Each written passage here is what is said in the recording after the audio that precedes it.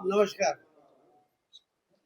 મતદાનના અધિકારનો ઉપયોગ કરવો એ બધાની ફરજ પણ છે. આપણે એને અધિકાર માનીએ છીએ, પરંતુ મતદાન કરવું આપણું કર્તવ્ય છે એ ભાવના હજુ આપણા મનમાં એટલી પ્રજ્વલિત થઈ નથી.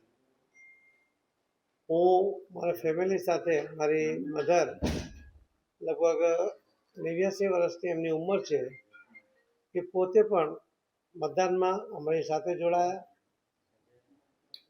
અને ત્યાંનો પણ તમે માહોલ જોયો કે સૌ યુવાનો મતદાન પણ કરતા હતા, મતદાન કરાવવામાં બધાને મદદ પણ કરતા હતા.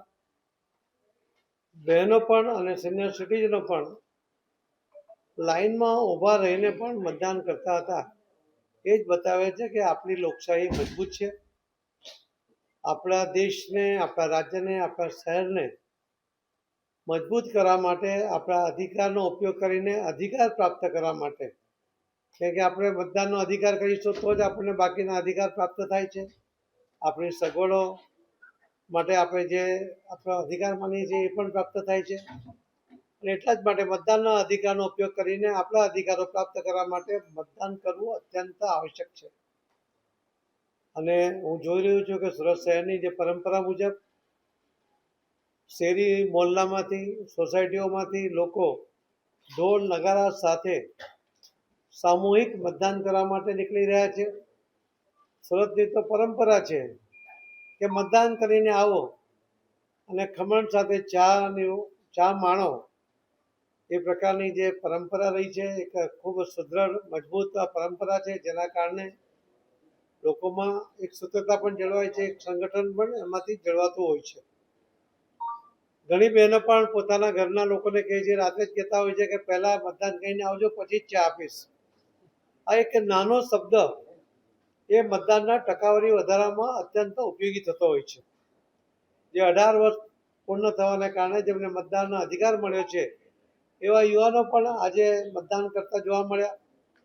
એમને હાકલ પણ કરી કે તમે તમારા મતદાનનો અધિકાર કરીને સંતોષ નહીં પામતા, પરંતુ તમારા ઘરના તમામ લોકો, વડીલો, સિનિયર સિટીઝનો એમની પાસે મતદાન કરાવો, એમને મતદાન કરવામાં મદદ પણ કરો. અને આ યુવાનો એ રીતે પ્રેરિત થઈને કામ પણ કરી રહ્યા છે. બહેનો પણ મતદાન પણ કરે છે અને કરાવી પણ રહી છે.